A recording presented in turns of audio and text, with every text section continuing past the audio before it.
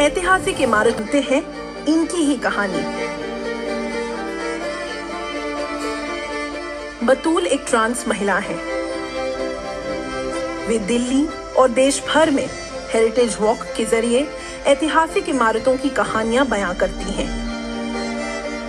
History सिर्फ बादशाहों के लिए ही सीमित नहीं है।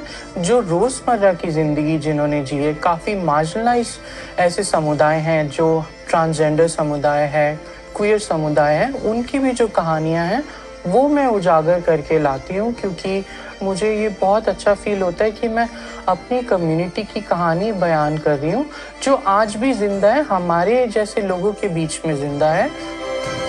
दिल्ली के मेहरौली के लिए ना जाने कितने सुल्तानों और बादशाहों ने जंगें लड़ी।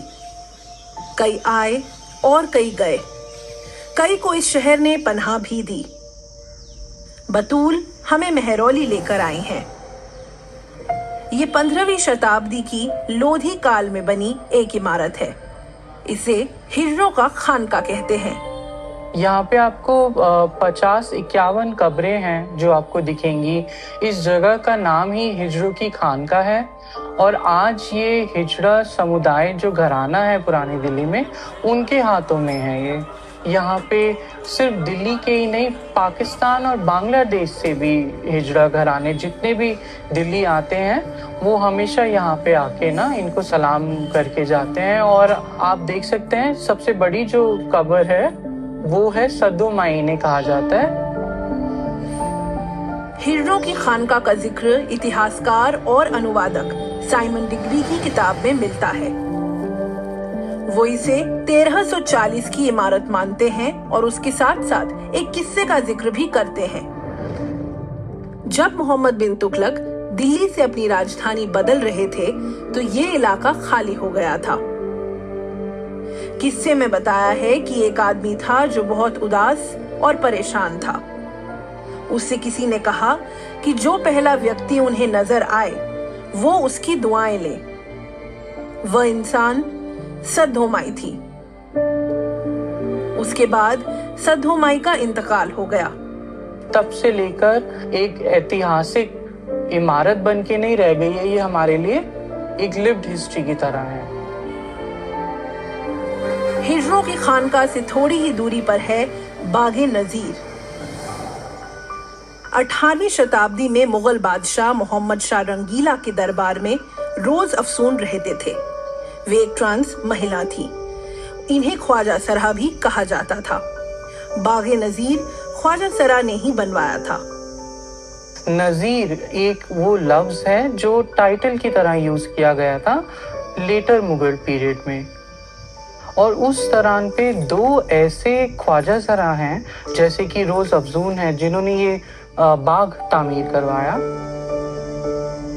इसका जिक्र सर सैयद अहमद खान ने अपनी किताब में असरारुस सनदीद में भी करा है 19वीं शताब्दी में।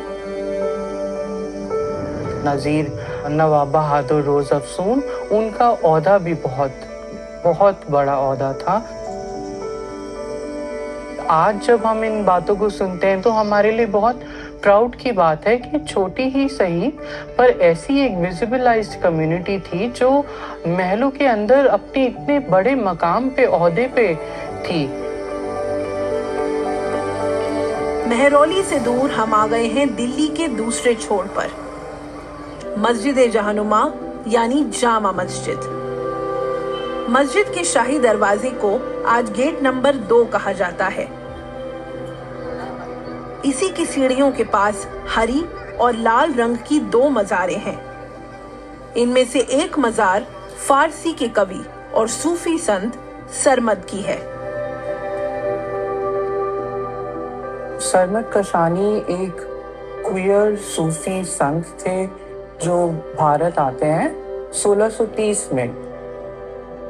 उस वक्त सिंध के ठट्टा शहर में, जो आज पाकिस्तान में है, वहाँ पे आते हैं वो, और उन्हें प्यार हो जाता है, उन्हें इश्क हो जाता है एक हिंदू लड़के से जिसका नाम अभय चंद था।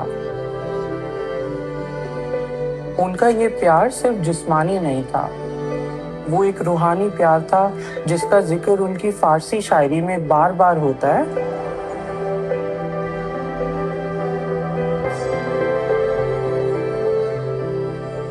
देखिए, ये किताब जो है वो दरगाह से पब्लिश हुई है और इसमें एक पैराग्राफ है जो बताता है हजरत सहमद को रूहानी प्यार होता है। तो ये बहुत फख्र की बात है as a queer person, as a trans person, कि देखिए हमारी जो तारीख है वो कितना पीछे तक जाती है। ये वाकया है 1660 का। बतूल सिर्फ इतिहास की कहानी सुनाने के मकसद से ये काम नहीं कर रही हैं। ये काम उनके लिए अपनी विरासत को तलाशना और उससे जुड़ना है।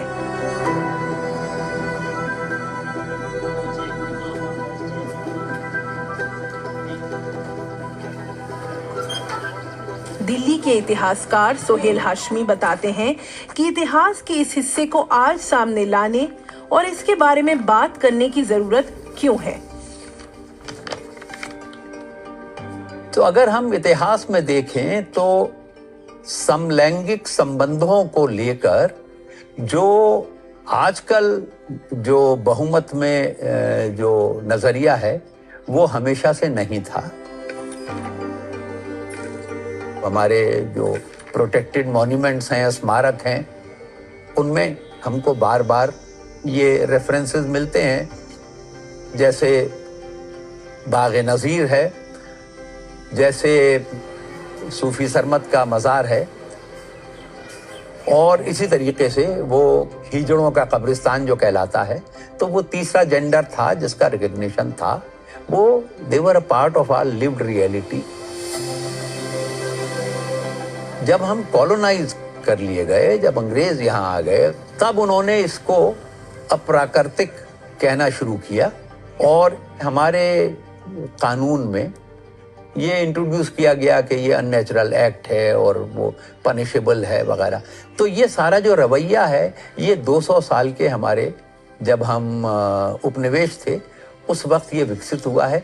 और आज जब इसको रिकॉग्नाइज करने की, पहचानने की, इसकी शनाख्त करने की कोशिश की जा रही है, तो ये जो हमारी उपनिवेशिक विरासत है उससे आज़ाद होने की जो एक कोशिश है, ये उसका एक हिस्सा है।